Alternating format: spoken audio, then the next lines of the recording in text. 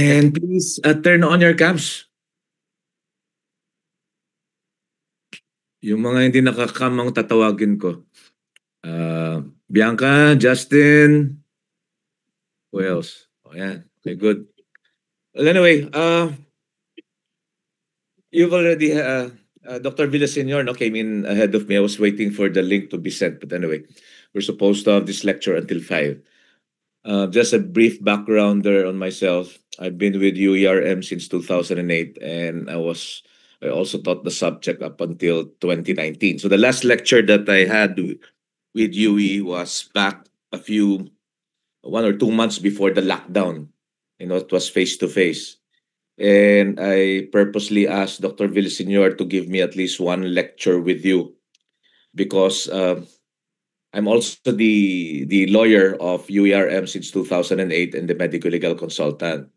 And every time I would make my rounds with my medical legal patients there at our hospital, nakatanga lang ang mga clerk sa akin. They don't know me.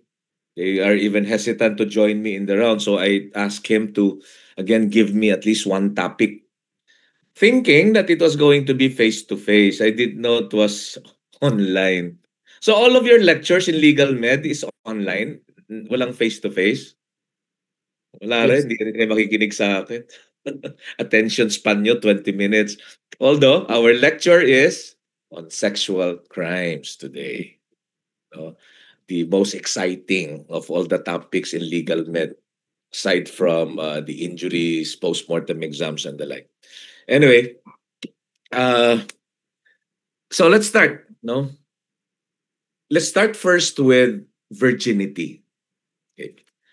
Virginity refers to a female, a woman, who has not been altered carnally. By the way, class, I have some slides, but all of these slides nandun naman sa libro ni Dr. Solis. So I would rather that you just maybe listen to me. Then if you have time mamaya, I will just flash them. It's generalities lang naman. And class, I want us to have an interactive discussion, even if it is online. You are free to interrupt me. No, if I am going too fast, just let me know. If you want me to repeat, no, I will repeat it for you. And if you find the topic to be boring, just let me know. Then ask me any question, anything under the sun.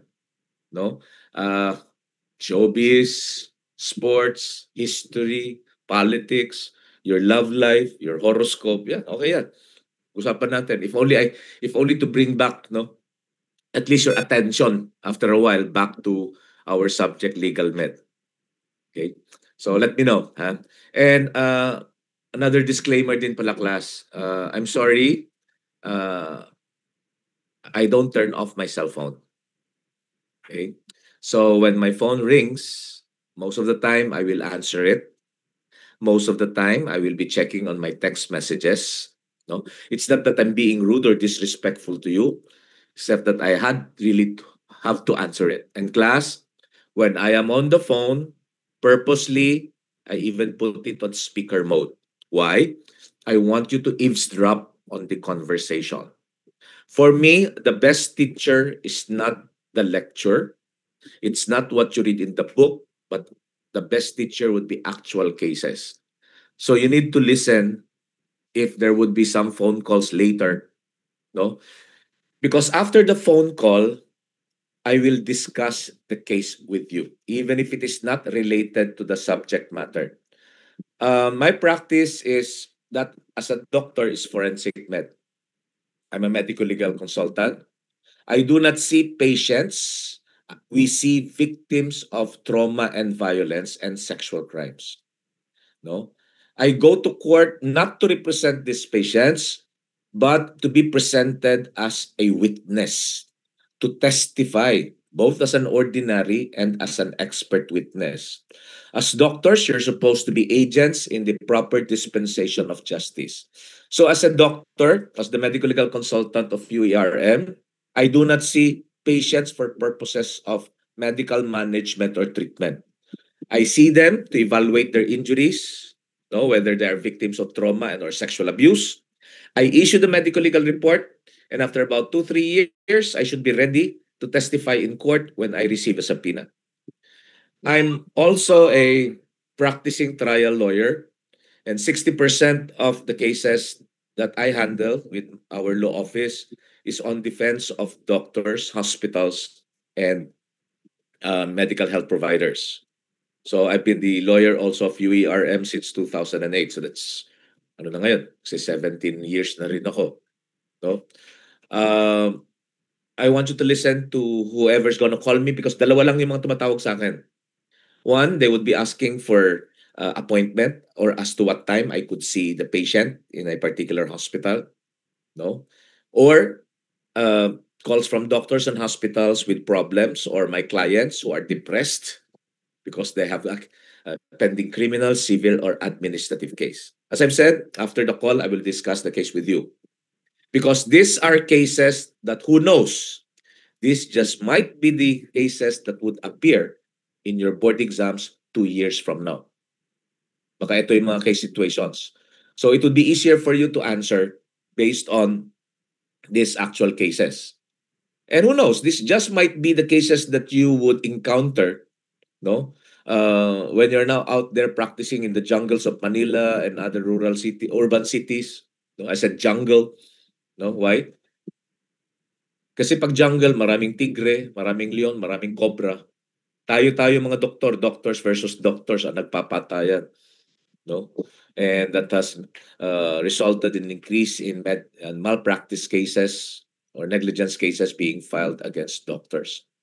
So class, again, when my phone rings and I have to answer, please listen. No? Of course, I will not tell you who they are for purposes of privacy and confidentiality.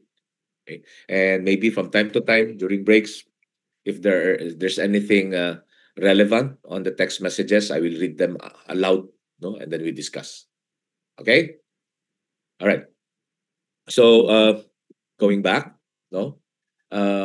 So when we talk about virginity, it refers to a female, babae, who has not been altered carnally and whose hymen is intact. So we usually equate the hymen, no, with virginity. So in other words, there is no such animal as a male virgin. Walang lalaking birhen. Mga babae lang ang may hymen. Guys, wala tayong hymen. Wala sa puwet yan. Yung hymen is a thin membrane surrounding the vaginal opening. Okay. And as I've said, I mentioned carnal. No? The words carnal knowledge is the term that is mentioned in the crime of rape. In the crime of seduction, the term mentioned is sexual intercourse. They are not the same. Now, carnal knowledge is defined as the sexual bodily connection between that of the penis to the vagina. No, it is the penis forcing itself into the vagina, not the vagina forcing itself into the penis. That's why under the old definition of rape, circa prior to 1997, no, only a man can be charged with rape and only a woman can be a victim of rape. But of course, that already changed with the amendment, no, back in 1997. But we'll go back to that later on. Okay.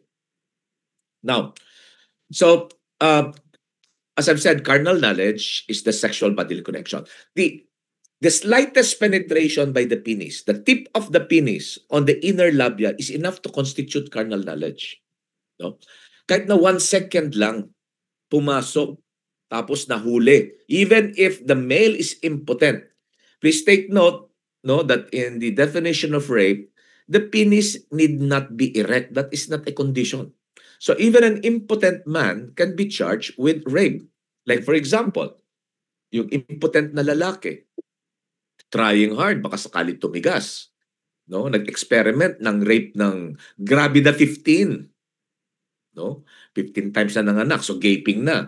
O pumasok yung limp penis niya, 1 second, then nahuli, tumakbo. That is already constitutive of carnal knowledge. He can already be charged with rape. No? In the crime of rape, it doesn't state there that the penis should be erect, that there should be a continuous pumping movement, that there should be ejaculation. Wala. Yun yung sexual intercourse. No? So for me, the definition of sexual intercourse would be the sexual act itself, maybe pumping movement, probably ending in ejaculation. All right. Now, so based on that definition, then no, there's no such animal as a male virgin. There are two kinds of virgins. No, moral virgin, and the other is physical virginity. A moral virgin is a woman who has no idea at all as to what sex is all about. No? Walang kamuang-muang sa mundo. Napaka-ignoramos niya.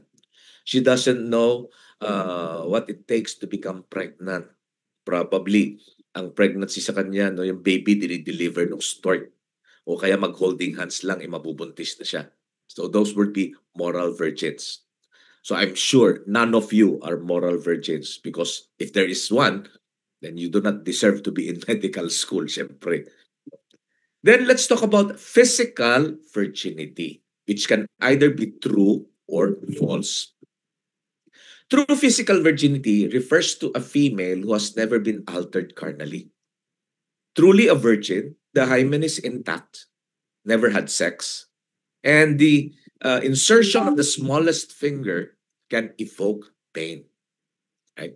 While false physical virginity, no, siguro virgin talaga, hymen is intact, no, but the vaginal canal is a bit lax. It can accommodate one or two fingers with ease. Walang aray. Probably, masyado maluwag. You can even insert both your hands. You can clap your hands inside. But she is still a virgin. We call that false physical virginity. All right. Now, what is Virgo intacta? Virgo intacta is a truly virtuous woman. No, prudent, no, Victorian, okay? Jurassic, sabi nila, from the olden times, very conservative. Right? While demi-virgin refers to a female who would permit the sex partner, the lover, the boyfriend, the paramour, all forms of sexual liberties. They would do anything and everything under the sun. No, lahat ng klaseng sirko gagawin except going all the way. Because of the belief, no, especially among Orientals and Filipinas, that if she goes all the way with the paramour, the future husband would find out or discover on their honeymoon or first night together that she is no longer a virgin. And of course, no, a lot of women, especially Orientals, the more conservative ones, no, are still put a lot of premium on virginity, and a lot of men still would prefer virgins even at this day and age. Unlike the Caucasians, the Europeans, the more liberal ones, no, they don't care about virginity. Pero sa atin, no, marami pa din. Okay, which speaks of our culture. So okay, so why wouldn't the woman go all the way with the boyfriend? Because of the belief, as I've said, that the future husband would discover that she's no longer a virgin. Because when would you say that a woman is a virgin on the first time that she would have sex with a man? No, we are told, especially us guys, no, and when we were elementary, high school, that uh, if it's the first time of the woman to have sex, she must bleed, kailangan duguin, and the sex must be painful. So pag nag-enjoy siya, hindi siya dinugo, hindi na siya virgin. Of course, that is a myth. That's not true. It has long been proven by science that even if that woman is a virgin, even if it is her first time to have sex, she can actually have an orgasm on the first time for as long as she is fully sexually aroused and lubrication, no, fully lubricated. It need not be painful. And for all you know, no, she's not going to bleed because most probably she has already, the hymen had long been lacerated before the first sexual encounter. Not due to sex, but through some other causes. No? Because there are non-sexual causes to hymenal lacerations. And by the way, what is defloration? Have you heard of the term?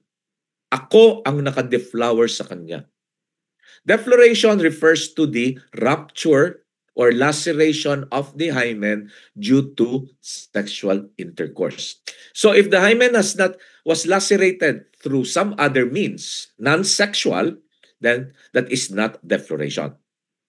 So in the book, it states there are several examples of non-sexual lacerations. One is gymnastics, biking, cycling, aerobics, horseback riding. Pero pang exam lang yan, theoretical lang yan. I mean, for me, that's debatable. No? Nag-gymnastics lang, napunit na yung hymen. O sumakay lang sa kabayo, nag-horseback riding lang, napunit na. Unless, of course, it's the horse riding. No? Uh, but again, these are the questions that are asked of us, or questions that I ask medical legal officers in court when I cross-examine a medical legal consultant. No? If, let's say, for example, I usually in the sexual cases that I handle, I am the counsel more for the accused rather than as private prosecutor. No? Ewan ko bakit ang dami kong cases na ako yung abogado ng accused of rape. Mukha ba ako rapist class? Ba't sa akin nagpupunta? No? So those are the questions that I asked. No? I mean, at least to favor my client. That just because may hymenal laceration does not mean that there was a penetration of a blunt object, and they usually refer to the penis as a blunt object. So what else can cause hymenal laceration? Number two, passage of clotted menstrual blood. I don't believe that also. Well, yes, there are some women, no, na yung mens nila clotted. Pero kung clotted, soft siya, parang gel. Hindi naman parang marble o holin yun na solid. No? Pero again, for purposes of the exams, and again, when I cross-examine the witness, no, the medical legal officer, I would like to elicit that to favor my client. Number three, intense scratching due to itchiness. Ang kati-kati ng puwerta, tas ang haba-haba pa ng kuko, kinalkal niya ng kinalkal. Ayun, na-devirginize siya tuloy. No? Or trauma to the genitalia. I have a lot of patients, especially children and teenage girls, no, who are involved in a vehicular accident, nasagasaan, binunggo ng vehicle, kotse, and usually tinamaan sila sa pelvic area, no, in the genital area, dinugo, and in many cases, no, the hymen is also lacerated in that instance. Okay, or instrumentation, no. Kaya nga when we examine female patients who are still pre-pubertal, no, bago pa mag-puberty, or those who claim that they haven't had sex yet, no, we use what we call virginal speculum to open, no, the private part, no, to expose the cervix, so virginal speculum. Okay, because sometimes I have cases where obstetricians, no, were charged criminally, civilly, and administratively at the PRC. They were claiming that na-devirginize sila because of the use of uh, speculum that is not indicated for virgins. No? Dinugo sila after the speculum exam. So they're now claiming that their hymen had been lacerated. And I had one case where a 17-year-old girl was asking for damages in the amount of 3 million pesos. And that was about more than 10 years ago. Yun ang kanyang value down yung kanyang hymen, no, na nalacerate. So we wouldn't want you in trouble just because of that. Okay? Other cases where I represented some doctors was that it was supposed to be transrectal. Sa rectum dapat ipapasok yung probe. Wrong hole, napasok ngayon sa vaginal wall, vaginal canal. And supposedly, pagtanggal, may dugo, na-lacerate yung hymen. So they sued the doctors. Okay. Okay. Instrumentation, other than that, also like for example, hindi nga siya nagpapado, na iba nga nagpapa all the way, but masturbation, insertion of foreign objects, no, can cause laceration of the hymen. Diphtheria, no, akala ko nga yung diphtheria, yung pseudomembrane niya dito lang sa throat, meron din pala dun sa baba, sa may puwerta. Okay, so those are some causes of non-sexual hymenal lacerations. Now, let's go into the different degrees of hymenal laceration. If the laceration of the hymen does not go beyond one half of the width of the hymen, that is superficial. If it goes beyond one half, but it does not reach the base, that is deep. If it reaches the base, that is your complete laceration. If it lacerates not only the hymen, but all the other adjacent structures, no? Like the vaginal canal, the cervix, no? Pati puwet, winarak niya. That is considered compound, no?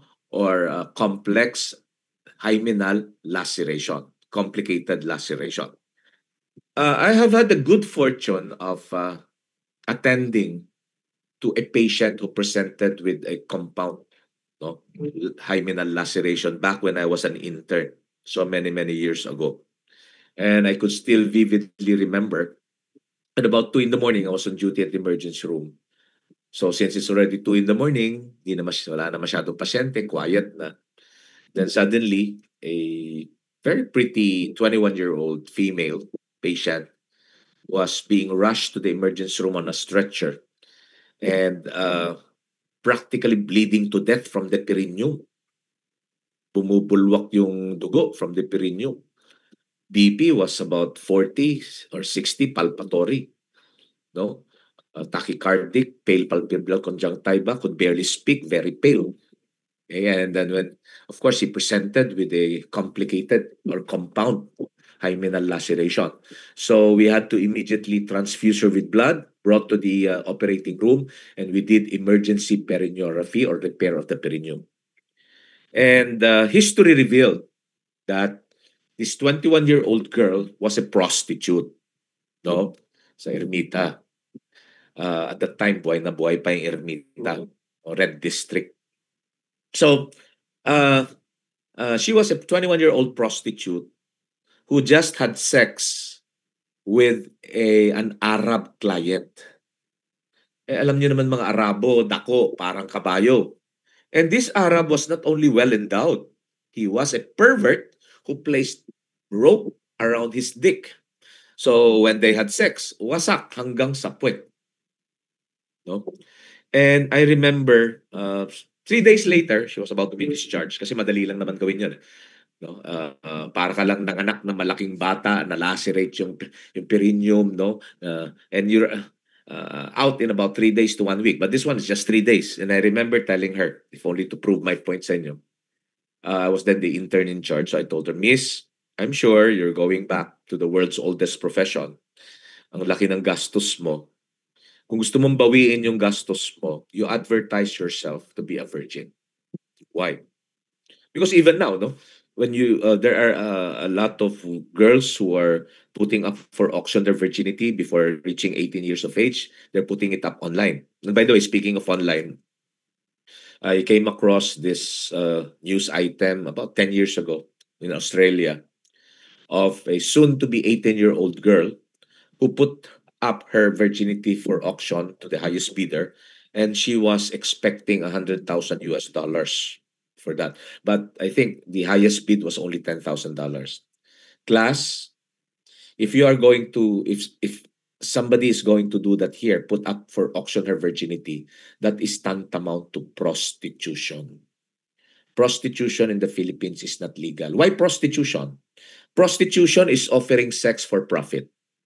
Putting up for auction your virginity is profit oriented. So that is prostitution.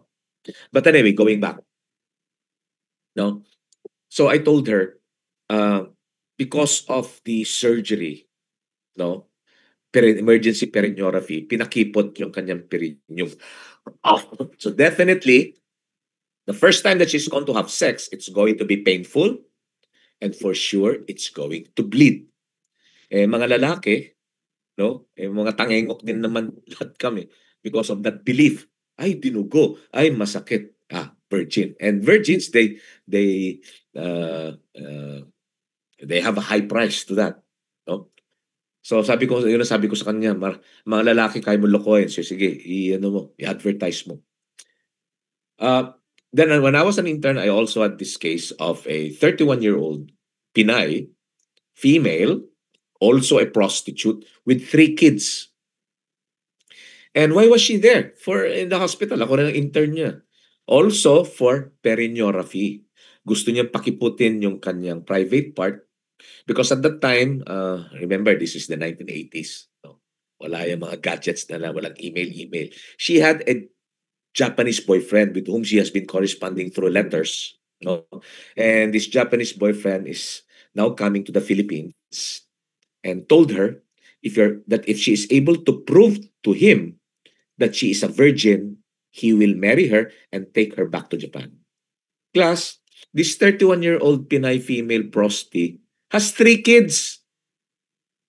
3 anak niya. So in other words, gusto niya lokohin yung Hapon. And again, I remember telling her, Miss, ma'am, siguro mas matanda siya sa akin, 31 ba siya that time. Ma'am, you don't have to undergo this procedure. Ang mahal-mahal. No, you're paying about 30,000 pesos for this. In 1984, that's probably ngayon by this time, that's equivalent to about 150,000 pesos para dyan lang. Eh sabi ko, kaya mo man lokohin yung Hapon na yan. No? Just make sure that the first time you make love to him, no? Pretend that it is painful. Do not, you shout itay. Itay is ouch, no? Japanese. Do not shout bansay. Because bansay parang ano ko ano dun, no? And maybe try to have sex with him when you're having your menses so that she would see at least, no? In other words, class, what I'm saying is that it's from the naked eye, you wouldn't know. No? It's hard really to say whether one is a virgin or not just based on those parameters. Okay? Now, there are two kinds of crime, public and private. Private crimes are the so-called crimes against chastity, crimes against pure, no? Like acts of lasciviousness, seduction, abduction, adultery, and concubinage. Okay. Rape before 1997 was a private crime. But after 1997, no, after the crime of rape had been amended, it is now a public crime. It is now a crime against persons. I will discuss that with you later on. I-distinguish muna natin, ano ba difference ng private from a public crime? As I've said, private crime is crime against pure. Only the victim has the right to file a case, no? To the exclusion of all others. While exception to that would be if the victim is a minor or a retardate. So kunwari, sexually abuse yung minor, no? Or yung retardate. A retardate, even if of age, cannot give consent, no? And if the guardian or the parents refuse to file the case, the state, by way of the doctrine of parens patria, no, through the DSWD, the Department of Social Welfare, no, will file the case on behalf of the state. Parents patria means that the state is our second parent. So yung state ang magsasampa ng kaso para dun sa minor or dun sa retardate. Pero if the victim is of sound mind and is of legal age, siya lang ang pwedeng mag-file ng complaint to the exclusion of all others. What about public crime? No, public crime, like for example, homicide, murder, infanticide, parricide, robbery, kidnapping, carnapping, no? Even if the victim does not want to file the complaint, the state has the obligation to file the case. For example, pinatay ko yung brother ko. And the family, the immediate family, the wife and the children, tuwan-tuwa. No? And they would not want to file a case against me. Even my parents would not want to file a case against me. Kadugo eh. So does that mean wala akong kaso? No. The state, through the people of the Philippines, has the right to file the complaint against me. May obligasyon para filean ako ng kaso.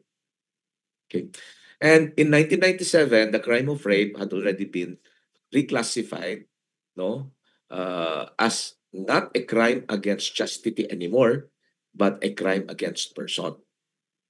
Meaning, even if the victim of rape does not want to file the complaint, but if there is evidence to prove that rape had been committed, In theory, I said in theory, no, the case can still prosper. Kaya lang, in theory kasi, rape is one of the most difficult crimes to prosecute. Very easy to file a complaint of rape, but very difficult to actually win the case and secure a conviction. Why? Oh, I'm sure you've learned this already in your medical juries, no? That in criminal cases, the evidence required is guilt beyond reasonable doubt. The accused does not have to prove that he is innocent. No? When there's doubt, the doubt shall be construed. Unmute.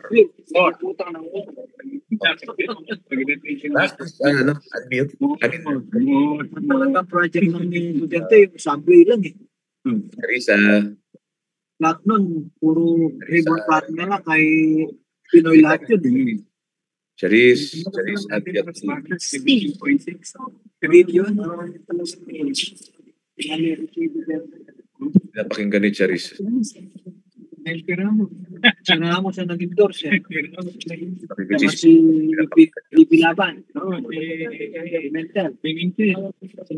Si Nene. Buhay pa si Nene. School ko siya. So, ay, Last- di na. Charis, ayan, nag-mute na. Okay. Parang narinig ko ni Nene Pimentel, the former senator. He was my co-counsel and one. Oh, si ano naman ngayon? James. Oh, James, pakimute. Okay, all right. So where was I? Speaking of that class, sige, to break the monotony. During the first few months of COVID, so puro kami online. And I was a speaker, no, in a postgrad. So nauna ako, then the open forum will come in after the speaker next to me. So after I was through with my lecture, and this was about at 2 p.m., no? And syempre, pag 2 p.m., unholy hour. So yung next na lecturer sa akin, nag-lecture, then one of the audience na doktor, hindi na naka-unmute. She did not know. And she commented, ay, nako, Diyos ko naman tong lecturer natin, nakaka-antok naman tong topic na. Ay, antok na talaga ako. Hiyang-hiya ako para dun sa isang speaker.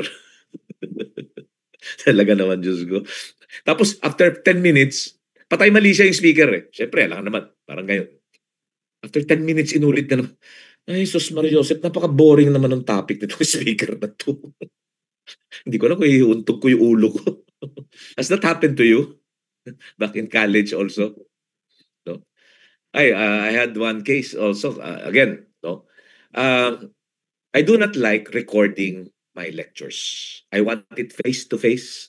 I want to personally be with you, or at least seeing you man lang, no, online. Ayoko nung puro pictures nyo lang na yung mga pictures nyo nung fourth year college pa kayo naka-toga. No?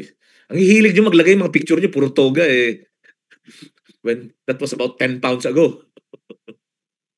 So class, I had this lecture, speaker ako for an international conference. And the expected audience was about 4,000 neonatologists all over the world. And syempre, they wanted my lecture to be recorded. They couldn't do anything about it. There were professional people, no, who helped me out. So I did the recording in my house. And one good thing about recording is you can always stop. No? Eh, natuturete na ako kasi naka-silent mode yung phone ko. Vibrate ng vibrate. Hindi na ako makakoncentrate. So I said, oops, tigil muna tayo. No? I just need to look at the text messages. Okay? So stop muna tayo. Oh, don't forget to cut this. So I read my text messages. Ay, nako, si Judge tumawag. May problema daw yung isang client, blah, blah, blah. Ay, sus, yung wife ko tumawag. Pinapabili ako ng pandesal dito sa bakery harap ng law office namin. And some of that sorts. And then I told them, delete edit. Okay, fine. So it was shown on a Saturday and the open forum is supposed to be live. So they just recorded the lectures. So I had to wait. I hate watching myself. Even I used to have my own Back in the early 2000s, I had 2 talk shows on TV, on cable TV, and I hate watching myself. And some of them are still being replayed. No? Uh, so I had to go through the pain of watching myself finish with the lecture, the recorded lecture, and then the open forum would be live. You know, class, close to 4,000 doctors, neonatologists from all over the world. They forgot to delete and edit. No, mantakin niyo nagle-lecture ako tapos, ay, naku, yung asawa ko, no, pinapabili ako ng pandesal doon sa harap sa may pharmacy.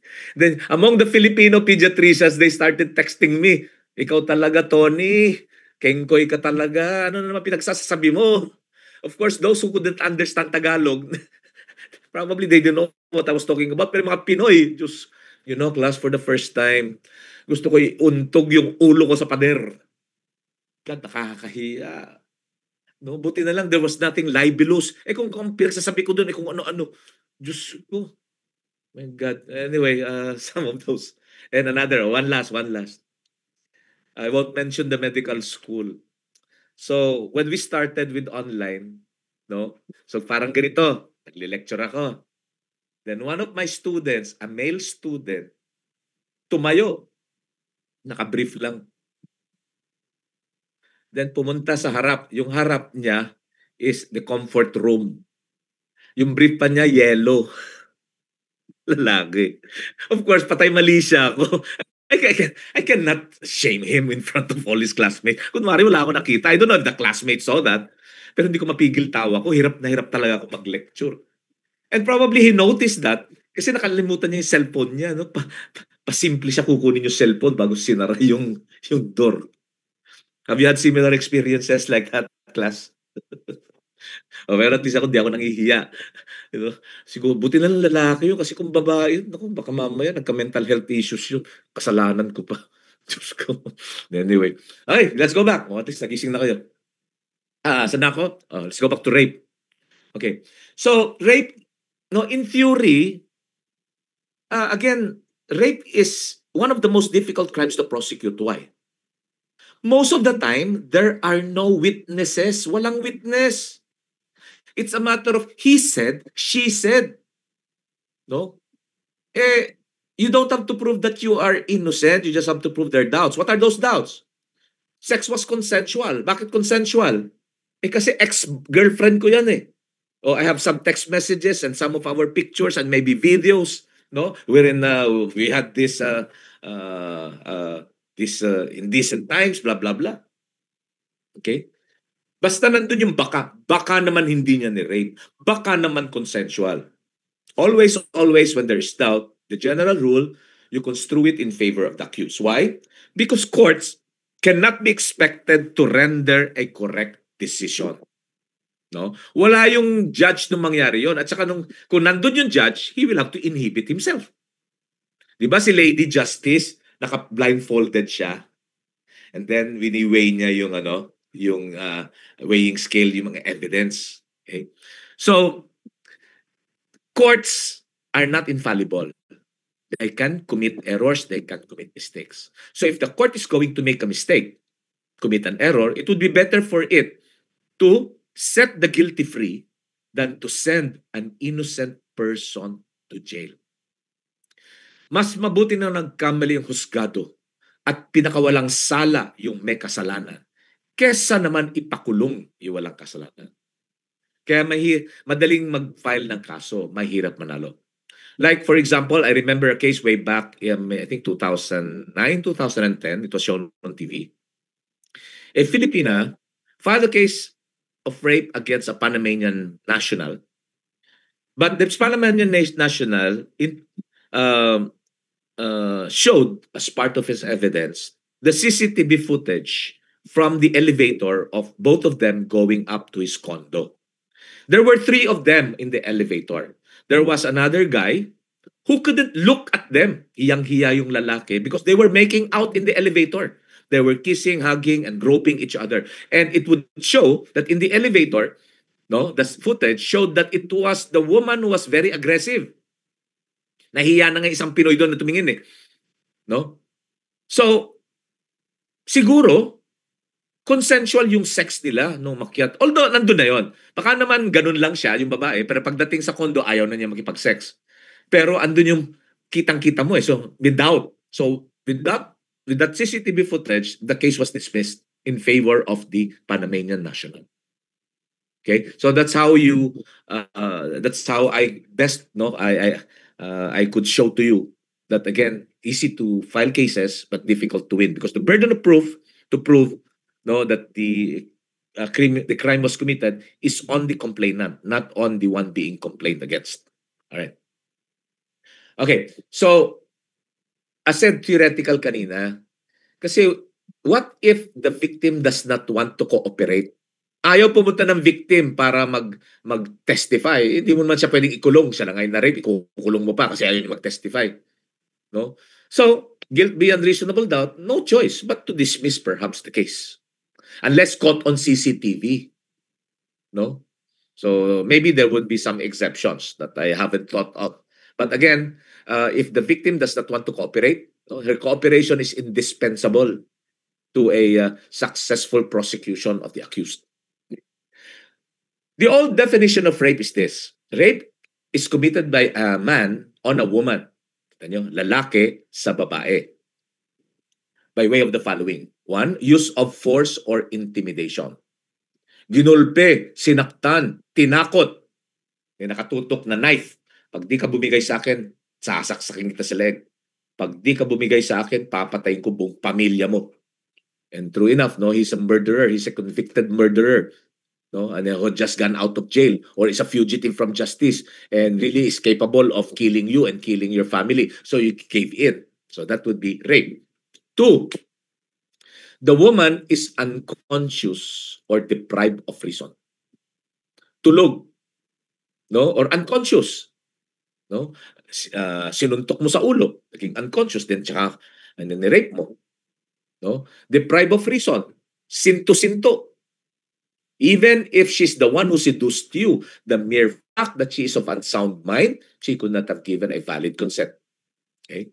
Nilasing mo, date rape. Those are cases of rape. Or through grave abuse, of confidence and machination, niloko mo. Di naman siya of unsound mind. May pagka, ano lang.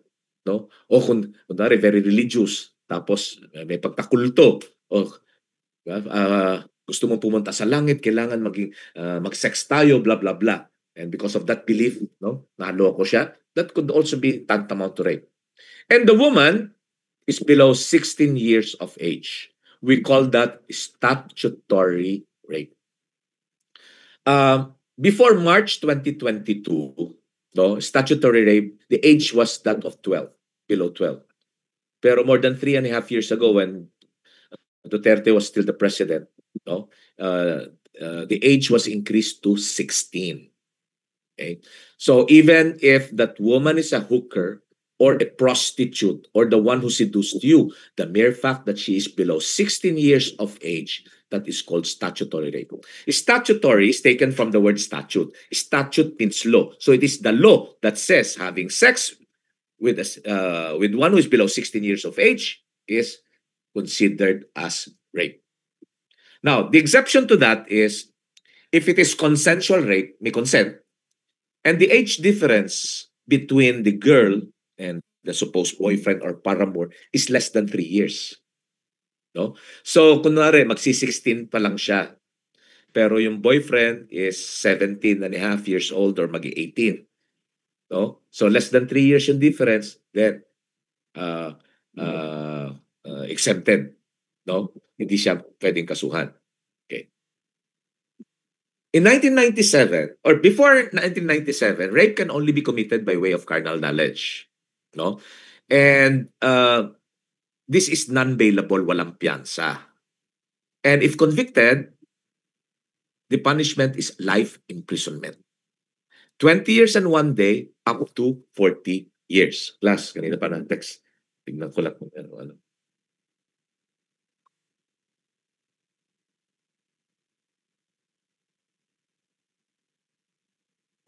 This is an anesthesiologist. The 10-year-old patient niya napatay.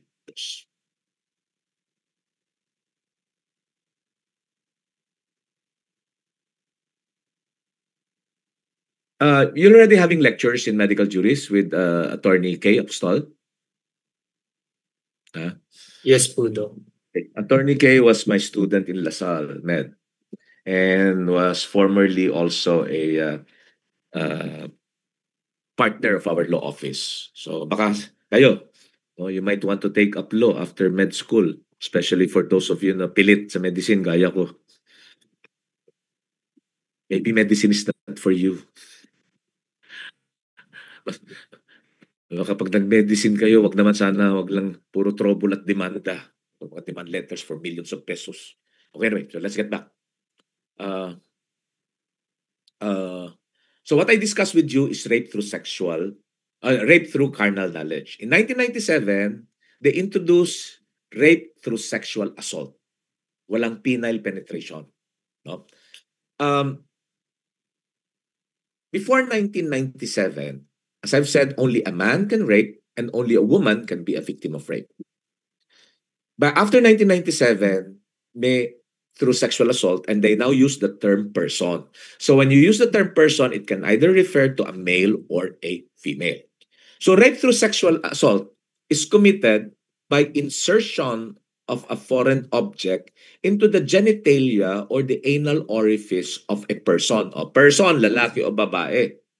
Dati, pag fininger mo ang babae, that is only acts of lasciviousness, which is punishable with a prison term of less than 6 years. Hindi kagaya ng rape, no? Pag rape through carnal knowledge, reclusion perpetua, life imprisonment 20 years and 1 day to 40 years. Pag rape through sexual assault, reclusion temporal, 12 years and 1 day to 20 years, and it is bailable, pwedeng magpiyansa. Now going back, so ngayon, pag nag-insert kayo ng finger nyo or any other object into the genitalia or to the anal orifice ng lalaki o babae, no? Rape through sexual assault na yun. Yun naman hindi ko maintindihan sa law. Sa babae, I mean, no malice, no? Intended. Sa babae, kahit ano, pwede natin ipasok sa puwerta. Kahit cellphone or what. Pero sa lalaki, ano pwede mo ipasok sa urethra? O kunwari, clerk na kayo, o intern na. No? Nag-i-insert ka ng catheter kay lolo. May pagnanasa ba yun? Kaya mo nga nilalagyan ng catheter, may sakit si lolo. Eh. Di ba? So, but if it is proven that you're having sexual desires by way of inserting something into the urethra of a male, ang sakit-sakit kaya nun, no? Oh, that would be considered as rape through sexual assault. Okay. Anal sex, sodomy, doggy. Before, that was only considered as acts of lasciviousness. Now, it's considered as rape through sexual assault. Pero class, sa sodomy, kunwari, ako yung rapist, tinutukan ko ng barel yung lalaki na straight. No? At tinogi ko siya against his will. That is rape through sexual assault. But if tinutukan ko ng baril yung lalaki at sabi ko sa kanya, idogi niya ako against his will, that is acts of lasciviousness. So in other words, class, para ako maging rapist, ako yung dodogi. Pag ako yung nagpadogi, that would be acts of lasciviousness. So let's make a distinction. Right? Another way by which rape can be committed through sexual assault is a man, lalaki, who forces a person, babae o lalaki, a person to have his penis inside that person's mouth. So tinutukan ko ng barel yung isang lalaki, straight siya. Sabi ko, no, i-BJ mo ko against his will, that is rape. Pero pag tinutukan ko siya ng barel, sabi ko sa kanya, ibaba mo yung pantalon mo, tsaka brief mo, patigasin mo yung ari mo, and i-BJ kita habang nakaluhod ako with my gun pointing to your head. That is acts of lasciviousness. That is not rape. Clear, class? Again, what's the difference between acts of lasciviousness and rape? Acts of lasciviousness, less than 6 years lang yan. Pwede pa mag-probation. But rape, no? More than 6 years yan. Hindi probation, diretso kulungan. Okay? All right. Now, let's now go to seduction.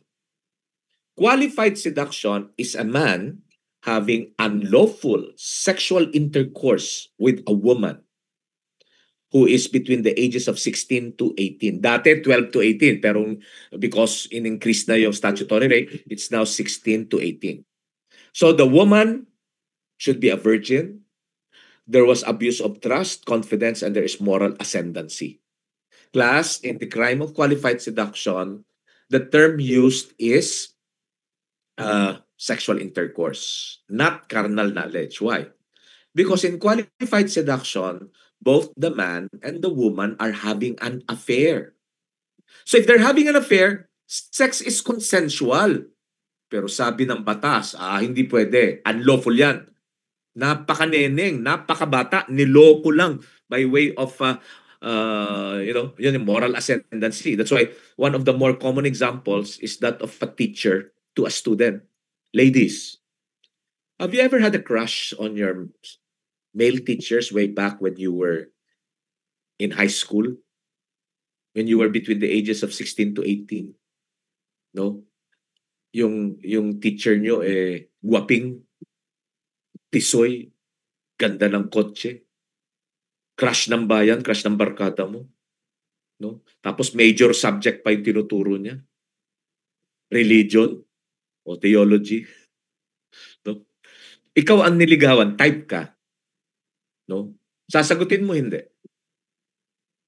Most probably you will. No? Crush ng bayan Now, bago mag-final, sabi niya, sweetheart, ito na yung exam, so 100 items. Ito na rin yung key. So 100 ka na, 1.0, no? O 4.0. Okay? Pero check-in muna tayo sa motel. Sasama ka, hindi.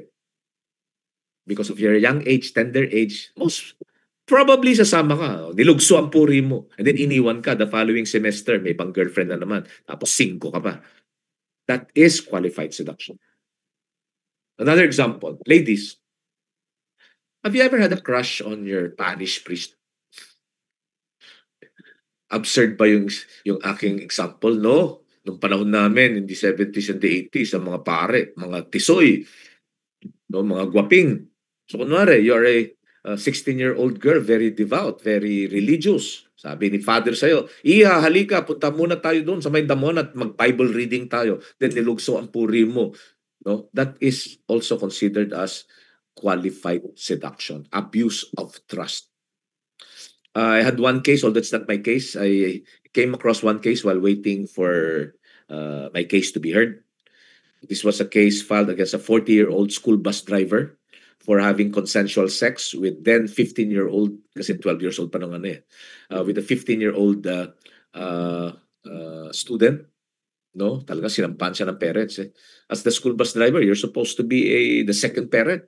Pero he took advantage, no? And the sex was consensual. Payag yung babae. No? Pero again, the law says that is qualified seduction. Okay. Kung today yan, rape na yon kasi 15-year-old ang statutory rape ngayon is 16 and below. Now let's go to qualified incestuous seduction. Incest, blood relationship. A father to a daughter, brother to a sister, but never a mother to a son. Because in the Philippines, only a man can be charged with seduction and only a woman can be a victim of seduction. Like, unlike in other countries, there's this celebrated case in the US about more than 20 years ago. The 30-year-old female teacher was impregnated, no, by her then 12, 13-year-old pupil. So this 30-year-old female teacher was convicted and was imprisoned for 7 years. And after leaving prison, married the now 19-year-old former pupil, and they had a kid after that. So they now had 2 kids. It was featured on CNN and some other news outlets, and they're now living happily ever after. I don't know, this was about 2002, 2003. No? Sa Pilipinas, nabuntis ng 12-year-old son, my son, nabuntis niya yung kanyang 30-year-old teacher. May ikakaso ba tayo sa female teacher? Child abuse? Sinaktan ba niya yung anak ko? No? Wala. And why will I file a case against the mother of my apo? I'm only too glad that my son is now a man. So I will celebrate and have a party for him because he's like father, like son.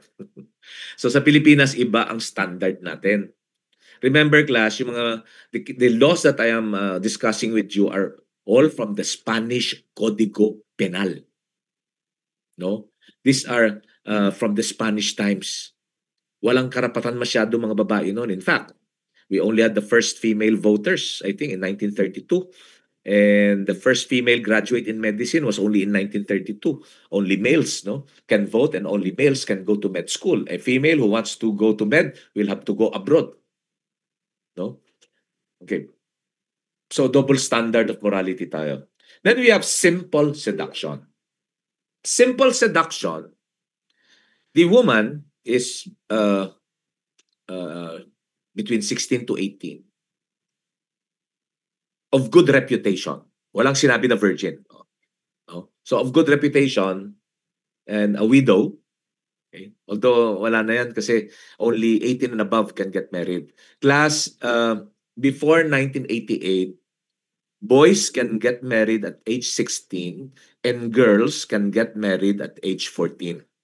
But when the Family Code took effect August 3 of 1988, both boys and girls, or males and females, can only validly get married after reaching the age of 18. Kaya medyo pasay na yung itong simple seduction. Pero lumalabas sa exam yan. So, in simple seduction, the woman need not be a virgin kasi basta of good reputation siya. She's not a prostitute. She's not a town pump. And there is deceit. What is deceit? A cheating misrepresentation. Naloko siya.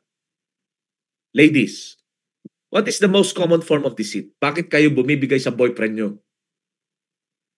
Promise of marriage. Huwag ka mag-alala. Pakakasalan naman kita eh. Or sabi niya, doktor siya. Yung pala, konduktor lang ang walang niya. No? Naloko ka. That is deceit. Okay? Now, let's go to abduction. Class, in anatomy, abduction is away from. In law, no, as pertaining to sexual crimes, forcible abduction is the taking away of a woman against her will with lewd design. Lewd design means the desire to have sex with her. She need not be a virgin. She need not be between the ages of 16 to 18. In fact, dapat nga over 18 siya. Class, in abduction, walang sexual intercourse. Walang sex. Now, kunwari, nagle-lecture ako in one room. And then isa sa mga babae doon, sapilitan kong dinala sa kotse ko kasi balak kong rapin, no? Doon sa kabilang building. The mere act of me taking her away against her will and my intent to have sex with her or rape her, no? That is already tantamount to forcible abduction. If I am successful in having sex with her or in raping her, of course, that's rape. Okay. Then we have consented abduction. Consented abduction with consent. The woman, iba na ulit. The woman is between 12 to 18 years of age. Hindi 16 to 18, 12 to 18. And there is consent of the girl. Hindi ko pa sasabing woman. Hindi siya woman. 12 to 18. And this is the usual crime charged by the parents on the boyfriend of their daughter when they elope. Kaya itinanan ang anak ko ay para lang ilugso ang puri niya at ibabalik din sa amin. Remember, class, in abduction, there is no sex. So kinuha lang yung bata, no?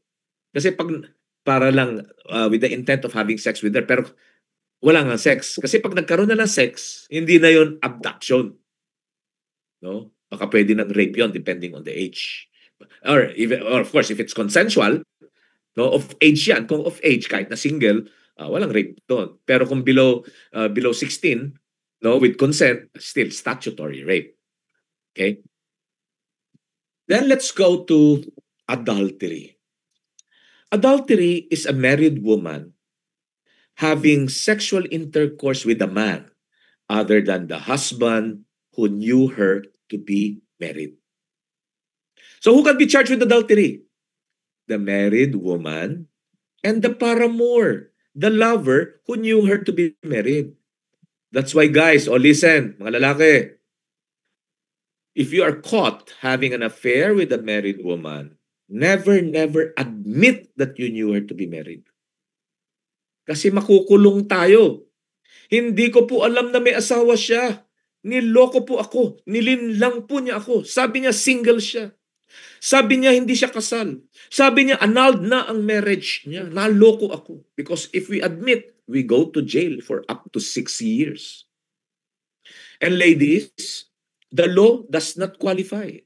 As long as you are married, even if you are now de facto separated from your husband, but without the benefit of annulment or legal separation, no, you cannot have sex with any other man. Okay? Case in point, about 20 years ago, I had this client, a married woman who has been separated from the husband for over 10 years. And the husband is already living in with several women, has fathered kids with those women. So siya naman, nabuntis siya ng kanyang boyfriend, ng anak. O siyempre sa birth certificate, ang tatay na nakasulat doon yung kanyang boyfriend. So the husband, no, threatened her with a lawsuit that pag hindi siya bumigay ng $500,000 pesos, ididemanda siya. No? And true enough, hindi siya nagbigay, wala siyang pera or ayaw niya. And she got convicted to a prison term, including the paramour. Kaya nga, ladies, no, the law does not make a distinction. As long as you are married, you cannot have sex with any other man. If you are going to have sex, be discreet. Okay? Huwag ka magpo-post sa Facebook na may kasama kang lalaki sa loob ng kwarto, nasa abroad kayo, and the like. Pag nabuntis ka, no, immaculate conception. Dapat walang acknowledgement of paternity by another male. No? Because that would now be res ipsa loquitur. The thing speaks for itself. Talo ka dyan. Okay? Now, let's say for example, yung wife ko, I caught her having an affair for the last 5 years. 5 years na pala siyang may ka-affair. And in the 5 years, they've already had sex about 500 times. So that is equivalent to 500 counts of adultery. I discovered that yesterday. But I made love to her last night. Forgiven. This morning, nakipag-make love ulit siya sa kanyang boyfriend. 1 round. 1 count of adultery. But then again, minake love ko ulit siya ng tanghali. Forgiven na naman. Because this is a private crime. Now, class, I don't want to file a case against my wife. Ayoko ng skandalo. Can my parents or my children who are all scandalized with what is happening, can they file the case for and on my behalf? No. Remember, this is a private crime. Sabi natin sa private crime, only the victim has the right to file the complaint to the exclusion of all others. Kung ayaw ko siyang kasuhan, she can do whatever it is that she wants. Pero kung doktor siya, if my wife was a doctor, of course, that's immorality. Any person can file a case against her at the PRC for revocation of her license. Remember, class, administrative cases, violation of our code of ethics, any person can file a case. Okay? At yung mga chismosang kapitbahay mo, pwede mag-file ng case. Right? Okay. Can I file a case only against the paramour? Mahal ko pa yung asawa ko eh. Or can I file a case only against my wife? Yung wife ko ang gusto kong kasuhan. Ayokong kasuhan yung boyfriend niya kasi boyfriend ko rin yun eh. Ngayon, masosolo ko na siya. Pwede ba yun? No. All or none rule. I have to file a case against both my wife and the paramour. Now, let's go to concubinage. Concubinage is a married man, no, having sexual intercourse with a woman other than the wife.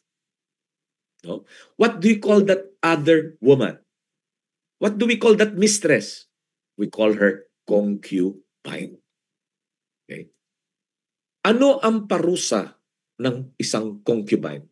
Parusa sa isang babaeng kabit na may asawang lalaki.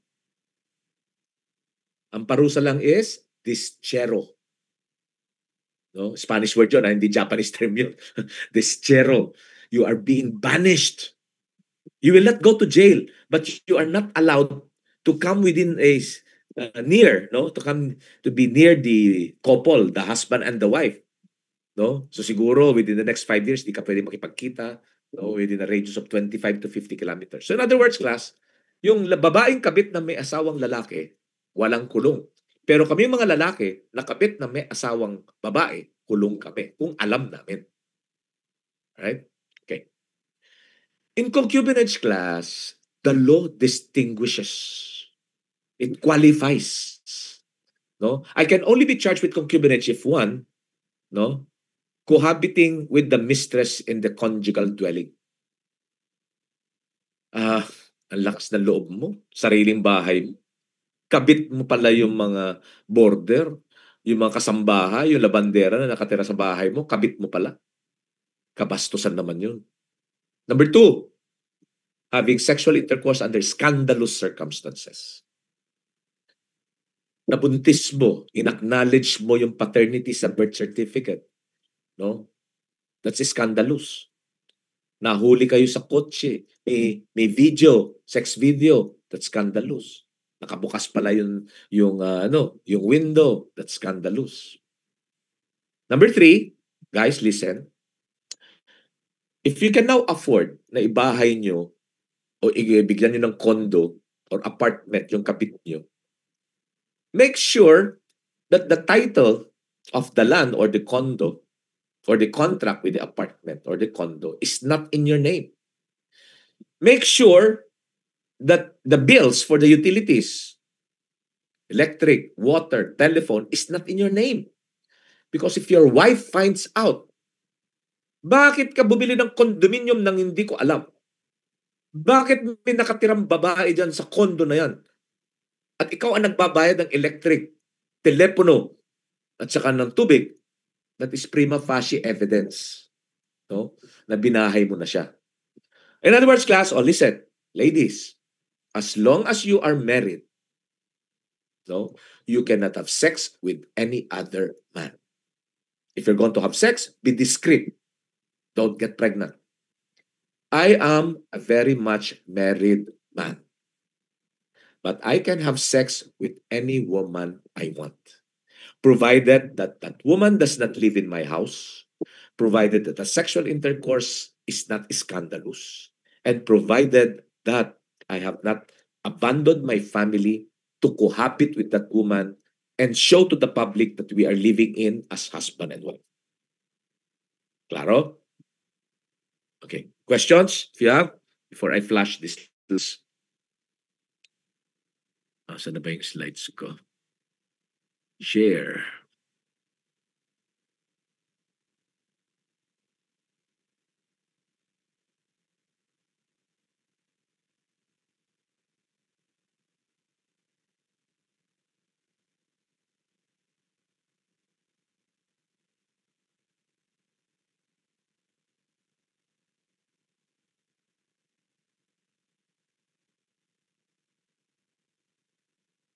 So, can you see this class?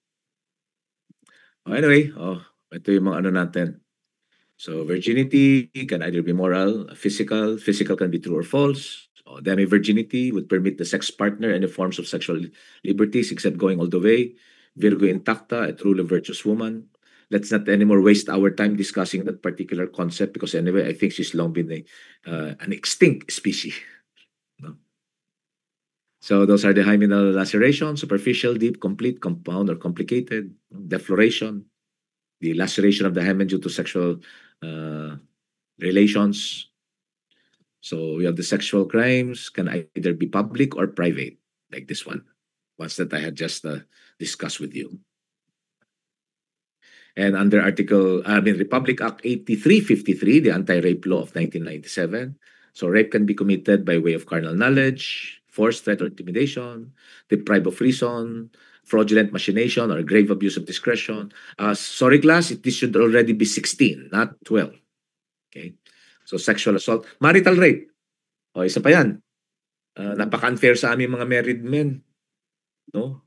Kasi kaya nga kami nag-asawa so that we can have sex anytime, anywhere, and for free. Ngayon, before it was our right to have sex with our wives, but the wives now have the right to say no. And if we force them, we can be charged with marital rape.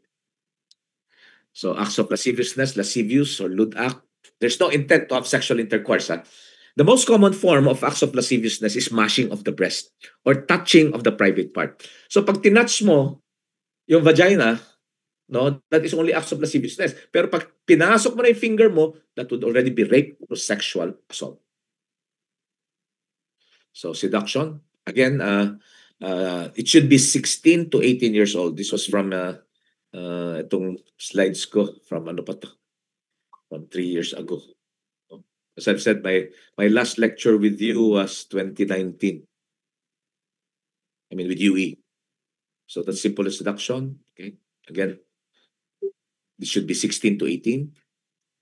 So blood relationship for qualified incestuous seduction. No, forcible abduction. You have consented abduction. Oh, ito, 12 to 18 to, yung consented abduction. Adultery. Okay.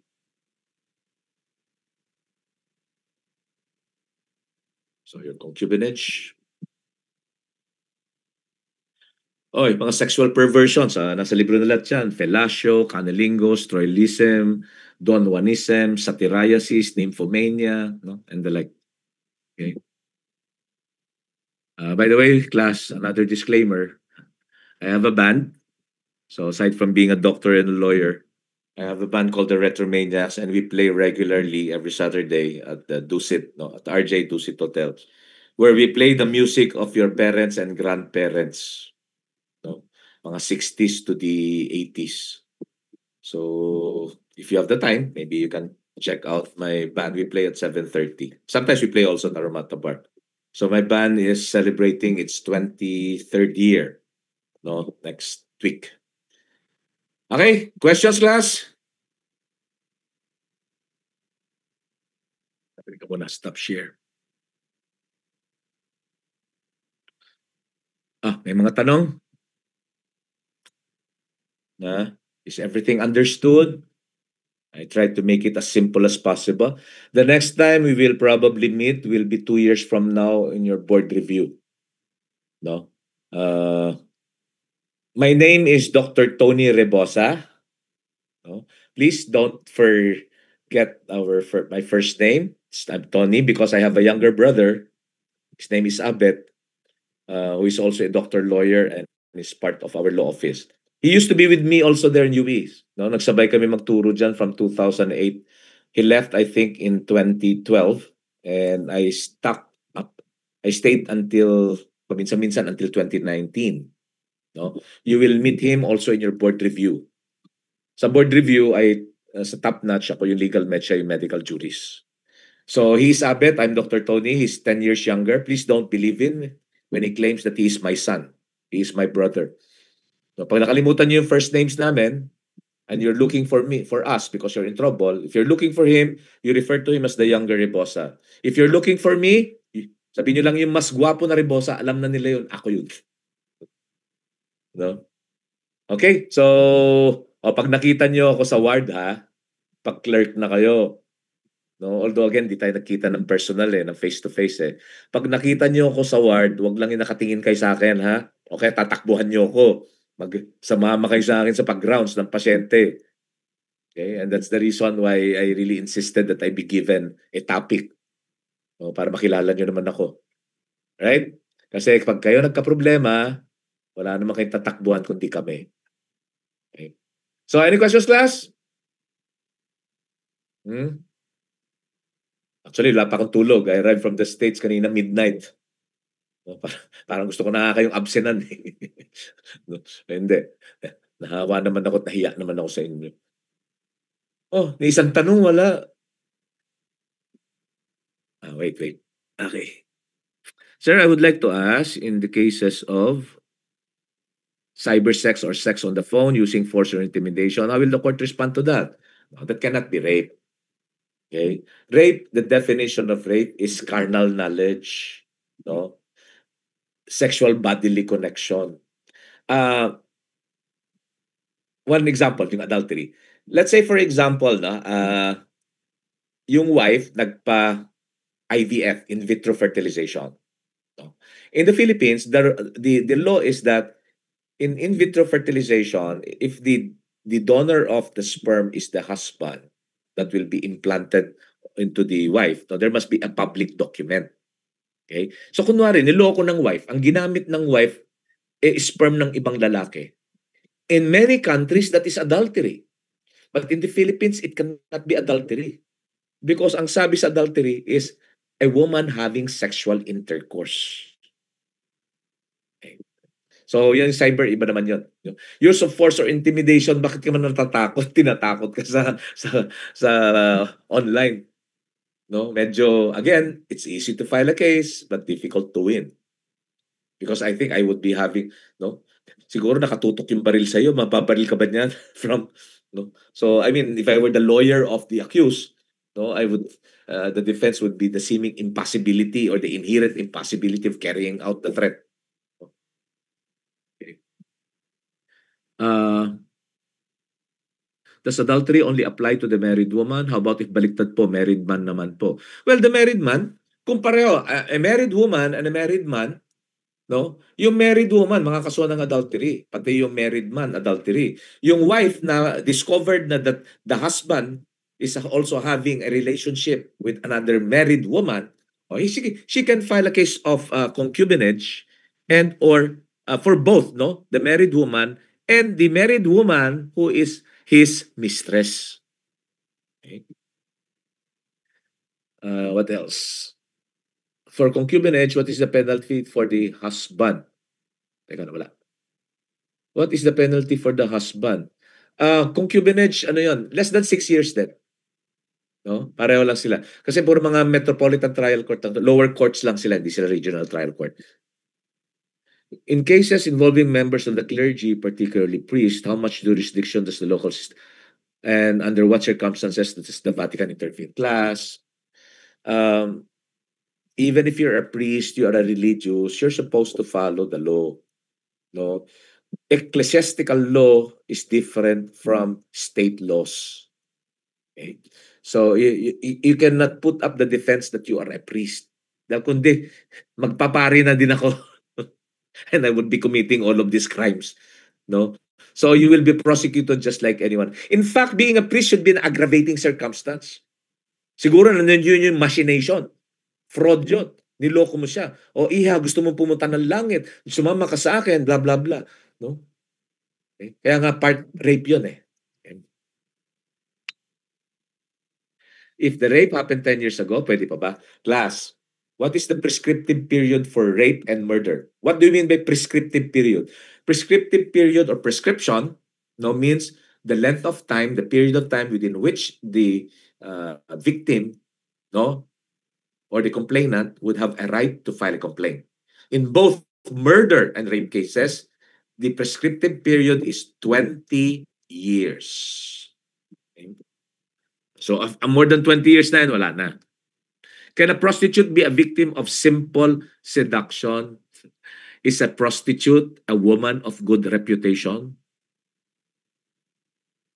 Kahit na sabihin nyo, she's just forced into prostitution because of poverty. No. Okay? Yung qualified seduction, remember, the woman must be a virgin. Kasi kung di na siya virgin, consensual yung sex, wala nang seduction doon. Okay? So, and that probably would involve prostitutes. Okay? Doc, from a legal standpoint, how do you handle cases where consent is disputed, especially in situations involving intoxication or power dynamics? Okay. Again, guilt beyond reasonable doubt. The accused is always entitled to presumption of innocence. The burden of proof to prove that the accused is guilty is not on the accused, it is on the prosecution. Conviction shall be based on the strength of the evidence of the prosecution, not on the weakness of the evidence of the accused. Remember that, class? No? As I've said, madaling magsampa ng kaso, mahirap manalo. Okay? Ano pa? Does the Philippines have a law for fertility fraud, like the case of the male OB-GYN in the US who inseminated his patients with their own sperm without her? Yes, we do have, pero walang kwenta. Parang ano lang ata yan, malicious mischief. Punishable with a prison term of no more than 1 month. No? Sa Amerika, ano yan? 20 years in prison at least yan. Damages and revocation of license. No? Over here, it's probably just fraud. No? And he will be ordered to support the child.